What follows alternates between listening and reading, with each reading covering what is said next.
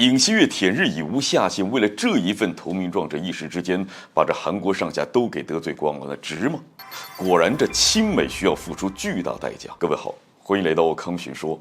今年的3月1日是韩国抗日独立运动3·1运动爆发104周年纪念日。身为韩国总统，此次也是尹锡悦上台以来首次在该纪念日上发表讲话。然而，正是这场纪念抗日运动，尹锡悦把韩国上下都给得罪光了。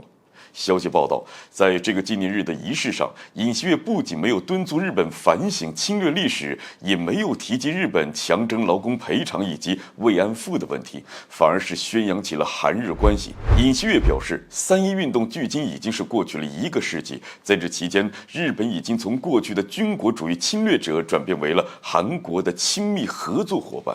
基于此，韩国应当积极改善与日本之间的关系，以便共同应对东亚地缘政治的安全挑战。这样的一番讲话，这瞬间就引起了韩国民众和政界人士的强烈批评。在3·1运动纪念日上说日本帝国主义侵略是韩国的错，韩国网友就提出质问了：尹锡悦的精神那真的是正常的吗？如果尹锡悦这么亲日的话，就应该去参加日本首相的选举，而不是参加韩国大选，让国家丢脸。那更是有韩国网友直言，应当弹劾尹锡悦，声称韩国不是日本的伙伴。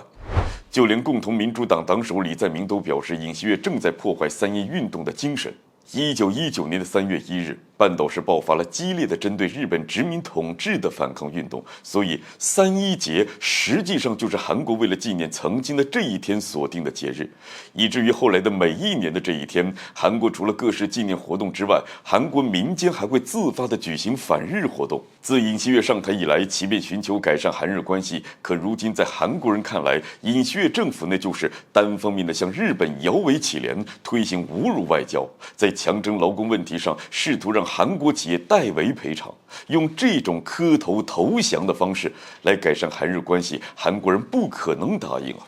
然而，面对韩国上下的怒骂，尹锡悦已经是管不了那么多了。此前为了充当美国印太战略的马前卒，尹锡悦就没少向日本示好，而现在又直接在纪念抗日运动的节日当中为日本开脱罪名，号称韩国应该与日本面向未来携手合作。这想来，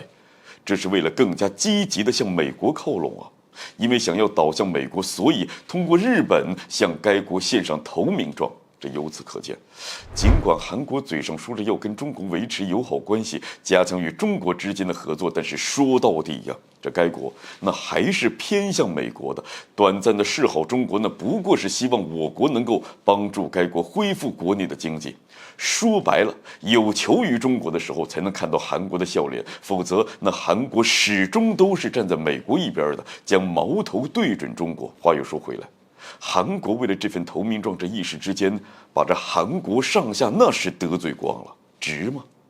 传言最新的民调显示，尹锡悦的支持率已经是连续5周低于了30%。在这之前，韩国民调机构也公布了一项民调结果，显示允许的施政好评率仅为37%，